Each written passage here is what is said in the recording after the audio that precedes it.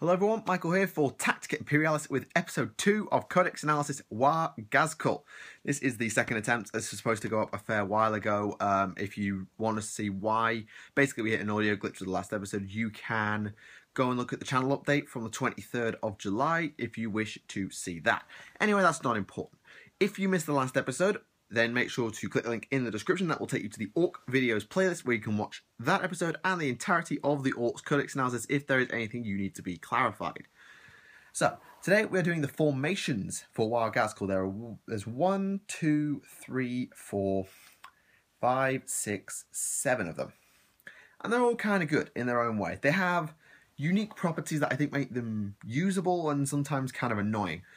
Two things you should be aware of. 1, most of them cost a lot of points. 2, a lot of them cost a lot of money, which means that if you are someone who is a bit of a budget player who wants to do something thematic, you might be a little bit out of luck on this one. But not much I can do about that. All I can do is give you the tabletop stuff. Right. With that said, formation number 1, the Council of Waaagh. This is a formation consisting of Ghazghkull, Mad Dog Grotsnik, 2 war bosses, 1 big mech, and a unit of knobs. The only stipulation is the knob squad must have a Waaagh banner. Now, the knob squad can be between, therefore, 3 models and 10 models. Any model can take any number of upgrades. Just bear in mind that you will be forced to use the Waaaagh Ghazghkull relics as opposed to the Orcs Codex ones. Just bear that in mind. Special rules, biggest and the best, the boss is watching. They're slightly irrelevant. I mean, biggest and the best is obviously important for Ghazghkull. He can reroll to wound once he wins his first challenge, which he should. The boss is watching only actually comes into play if something triggers, but I'll explain that as we go. Boss mob. All models in this formation must be deployed as a single unit. Models with the independent character special rule cannot choose to leave or join. So you can't add a weird boy in here for some psychic buffs. You can't add another pain boy in case Grotsnik cops it. You can't add in a second big mech. You can't add in, I don't know, Captain Badrock. Just a thought. So you can't do that. Nor can you add any allies. But by the same token, nobody can leave.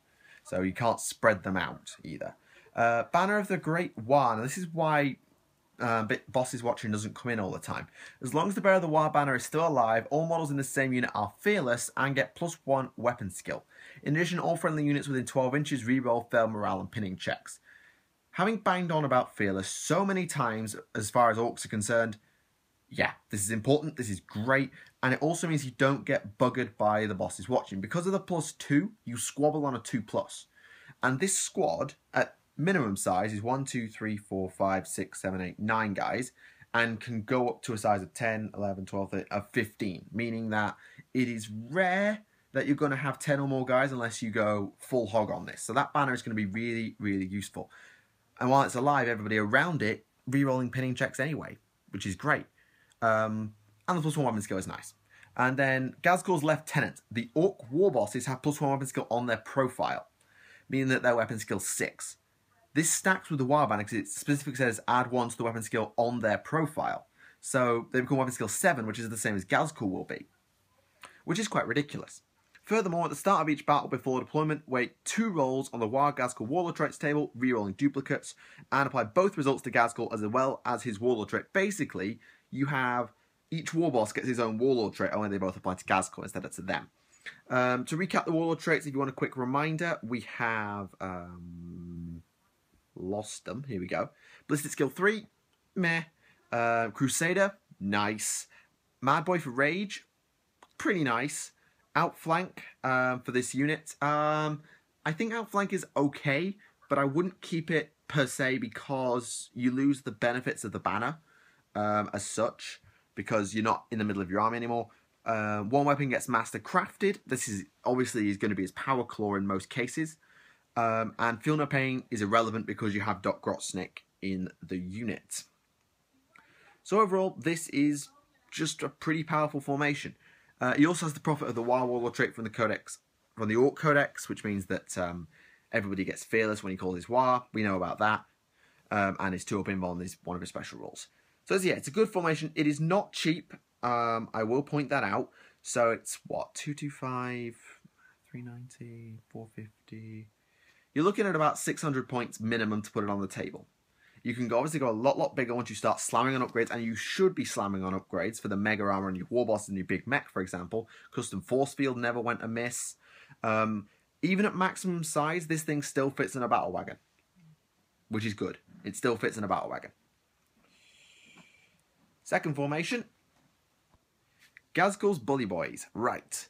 This is a Meganobs formation. 3 units, to be precise, that must include at least 5 models. That's 15 Meganobs to put on the table. Minimum cost, therefore, 15 times 40 is 600 points. You don't have a maximum size. You obviously go up to the size, I believe it's 10 in the squad, meaning that this formation can cost up to 1,200 points before upgrades. They're biggest and the best, which is, man, it's give or take, I guess. The boss is watching, fear, and they are fearless. So good that they're fearless, because that takes out all the problems of squabble from the bosses watching. It's great. Plus they cause fear. Don't forget they cause fear. Everybody does. I don't know if fear cancels out fear. So like, if you cause fear, do you not suffer from fear? It does in fantasy, I'm not sure. Or it did in fantasy, I don't know if it does in 40k. Someone clarify that for me. And they also have +1 weapon skill because of the Bully Boy special rule. So they're all weapon skill 5, which is great. Basically getting them a free Waaagh banner. There is absolutely nothing wrong with this formation. You don't pay any extra to do it, you just get a ton of buffs for doing it. So yeah, it's great. It is expensive, bear that in mind, but I do think you'll get a lot of value out of it. The Vulture squad. Boss Zagstruck, 3 units of Storm Boys. Storm Boys are minimum squad size 5. They cost 9 points each, meaning that you have 15 times 9 plus the 65 for Zagstruck. It's actually 200 points to put this formation on the table at basic size. There are no restrictions, meaning you can, of course, go absolutely ballistic, 30-man squads, all that sort of stuff. It's great. Biggest and the best, the boss is watching. This is why you go big, because the boss is watching. Biggest and the best, unless Zagstruck is your warlord, which I don't recommend, but you can try it. Dead on target-ish. All units for this formation begin the game in reserves and must arrive via deep strike. Kind of standard, that's what Zagstruck used to do. However, units from this formation only scatter D6 when they turn up. Great, they're minimum scatter. It doesn't state you roll for all the formation in one go. You roll for each unit individually, but there is a mitigation for that, and that is the Vulture squad special rule. During deployment, the controlling player can choose to form Boss Zagstruck and all the units of Storm Boys into a single unit known as the Vulture squad. Zagstruck cannot leave this unit, counts as 3 units for victory points if it's completely destroyed. Meaning, you just roll once and you can have a 90-man squad of Storm Boys led by Boss Zagstruck. Yeah. I'm not sure if there's a space on a board big enough to fit 90 Storm Boys deep striking at once, but oh my god, would it look impressive. Yeah, that's really, really cool. If you don't want to do that, get a comms relay. Simple as that. They also have the Arbiter special rule. Hammer of Wrath attacks made by any Storm Boy, joined by Boss Zagstruck, gain the Shred special rule, as long as he's part of that unit. That does not include Zagstruck himself, bear that in mind. One last thing about the Vulture squad, it counts for 3 victory points if it's completely destroyed, meaning that in the Scouring, if that thing gets massacred, you're in a lot of trouble. But if one Storm Boy lives, or Zagstruck lives, no points. That's really useful. Next up, the Blitz Brigade. If you like your tanks, you're going to love this formation. It's basically 5 battle wagons, basically. And they must be upgraded with either a reinforced ram or a death roll. That's either a 25-point tax up to a 100-point tax. It depends on how you look at it. I think death rolls is still 20 points anyway. I'd have to check. In fact, I think I will check, because I've forgotten. They used to be 20 points. I can't remember if they've gone up. Yeah, sorry, I haven't looked at the Orc Codex for a little bit. I've been away, so just want to check that. Is it 20 points? I think it's 20 points. 10 points. Oh, it's only a 10-point tax for death rollers these days. That's nice. So that's good. It's a 25 to a 50-point tax on your battle wagons, which ain't bad. Biggest and the best, the boss is watching for no reason. They also have Scout. Now, I know what you're thinking. Scout, move turn 1, I'm open top, I get out, I assault. Sounds great, in theory, but no. There's a rule called Know Your Limits. Infantry units that begin the game embarked on a battle wagon from this formation cannot charge if it's scouted. Sorry. It's a great idea, but it would be completely broken. Imagine the Council of Waaagh coming out of a battle wagon and immediately charging on turn 1. Just no. That would be brutal. As a result, not legal. To be fair, I don't see any problem with this formation. It just basically means you're going to get an armoured wall up in your opponent's face. How do you kill 5 armour 40 and 4 hull point vehicles that quickly? I'm not sure. Hard cases for maximum impact, although you won't get to assault out of them if you move. Bear that in mind. Next up, Dread Mobs. Now, there is a Dread Mob sort of Codex in Imperial armour, which is probably better than this. It'll allow you to do more funky stuff. But if you don't want that, you don't play Apocalypse rules, you don't play Imperial armour, all that sort of thing, you can give this a bash. So it's 1 Big Mech, 1 Pain Boy, 2 Gorkanauts or Morkanauts in any combination, so 1 of each, 2 Gork, 2 Mork, whatever.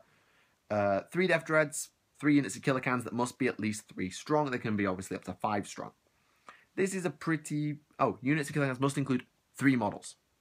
I think that means exactly 3 models. I'll go back and check the other formation. Yeah, because the Meganos one is at least 5 models. With this, it is exactly 3 models. So this formation is going to be 3, 6, 9, 12, 14, 16 models strong. And is ridiculously expensive. I mean, Big Mechs are cheap, but you probably want to upgrade them with something. Fixer-uppers... oh wait, you can't use them. You can't use fixer-uppers in this book. Things you can do. But yeah, it's expensive. All I'm going to say. They have biggest and the best, and the boss is watching if your Big Mech is your Warlord. Everything else doesn't take morale checks anyway. Here we go. If every model has this special rule, you can reroll single dice when determining its charge range. Same as the Orc Codex special rule, only all the vehicles get it. Meaning, here we go on Death Dreads and Gorkanauts. Yeah, that's pretty brutal. And then Wall of Steel, all models in this formation with Hammer of Wrath inflict D3 hits instead of 1. Considering that Death Dreads are strength 6, Gorkanauts and Morkanauts are strength 8, they're going to hit pretty damn hard. It's good. I like it. Dread Mob, I've got a soft spot for Dread Mobs. I think they're really, really awesome. But I don't think I'd have the time or the points to play this formation, as much as I'd love to. Plus, the Pain Boy seems a bit arbitrary. I mean, there are no vehicles in this formation. It's there for lore reasons, but it doesn't make sense on the table. Next up, Boss Snickrot's Red Skull Commandos. So this is Boss Snickrot and 4 units of Commandos. And they don't join up. They're not like the Vulture squad. No restrictions. You can go full size, you can add in special weapons, all that sort of thing. Although, I think you shouldn't. Now, biggest and the best and the boss is watching, as every formation in this book does. And then the Sneaky Git special rule. Boss Snickrot must join one of the units in this formation, and the whole formation must be held back as reserves. Standard practice. When rolling for reserves, make a single reserve roll for all units in the formation. Yes. Again, columns relay, double the value here. All units in this formation move on from any table when they arrive. They must all enter from the same one. No dice roll is required. You pick. So you can come on right behind your opponent, or on the left, or on the right, or on your own board if you absolutely need to.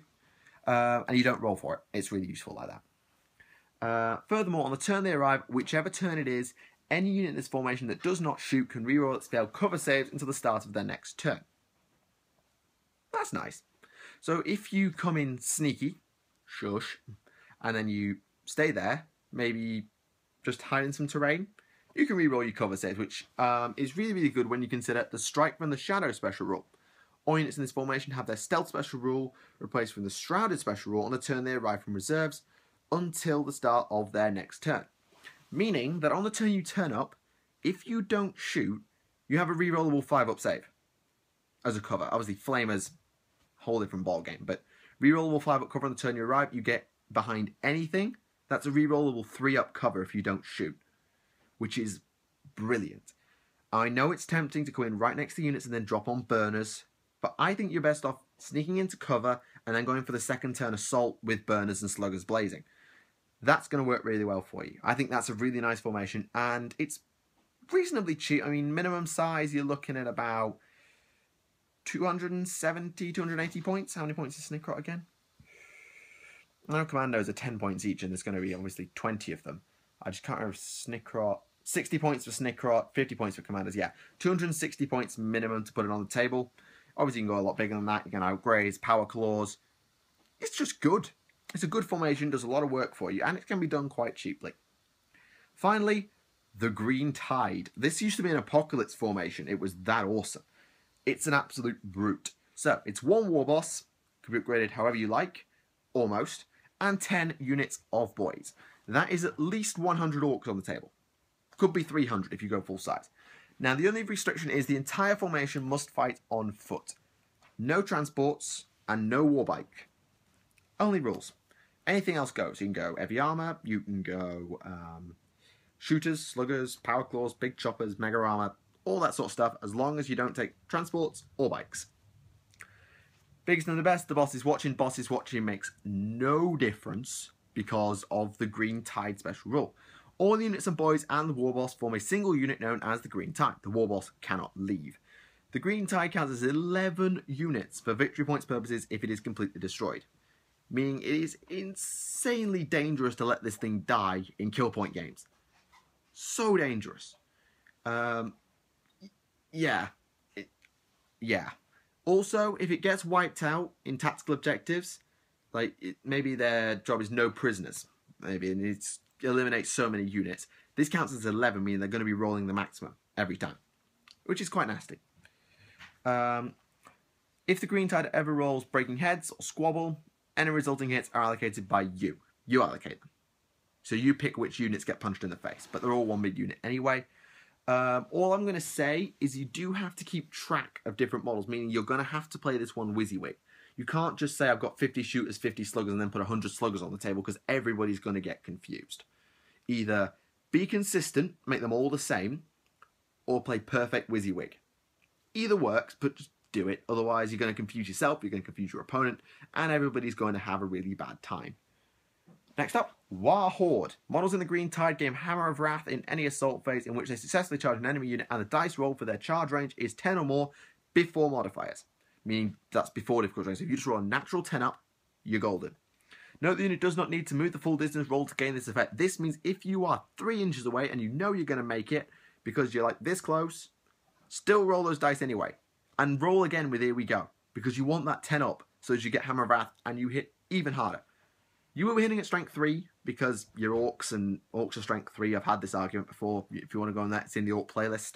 But hey ho, it's a good thing. And finally, Stampede. If the formation's war boss is your warlord, he can use the Waaagh special rule each and every turn after the first, meaning every turn, everyone gets run and charge. This is a good thing. Knowing when to time your Waaagh can be really difficult sometimes. So just having it every turn after turn 1, brutal. And think about this. What if this is your warlord formation, and then you bring Ghazghkull along, and you say he's not your warlord? Now this war boss is the warlord, meaning that you're calling a Waaagh every turn. Meaning Ghazghkull has a permanent 2+ invulnerable. Right? Right? Yeah, I think that's right. Feel free to let me know if I'm wrong in the comments, but I think that's how it works. Meaning, that's incredibly brutal. So there you have it. 7 formations for the Waaagh Ghazghkull Orcs Codex supplement. Personally, let's go over them. Let's have a little review at the end of the review. The Council of Waaagh is expensive. It's a Death Star. People know how to deal with Death Stars. Watch out for Strength 8 pie plates because they'll kill everybody. But it's good. Bully Boys, strong, effective, no extra cost, just good. But you are putting your eggs in a bit in one basket because it's very expensive. Vulture Squad, can be done cheap, can be done huge. I think you're best off blobbing up unless you're going full size, in which case 3 squads of Storm Boys dropping in is better than 1 huge one because you'll never find a space to land in. Blitz Brigade, brutally powerful, small tax, but getting scout on everybody, it's great, and you'll be running things over anyway. Dread Mob, really expensive, but it's absolutely hilarious. I love it. I think it's brilliant. Go for it. Red Skull Commandos, cheap, powerful, efficient, cool. I think you just take a couple of burners, no big shooters, no rocket launchers, couple of power claws, don't shoot, job done. And then the Green Tide, it's a Green Tide. Can't say any more than that, it's brilliant. But it is very expensive because the minimum cost is 660 points before upgrades. It goes out of control. You can go up to 3,060 once you put heavy armor and gun full-size squads. Anyway, that's all for today's video. I hope you enjoyed it. Leave a like if you did, and leave any comments down below. My name is Michael for Tactica Imperialis, and I'll see you all again.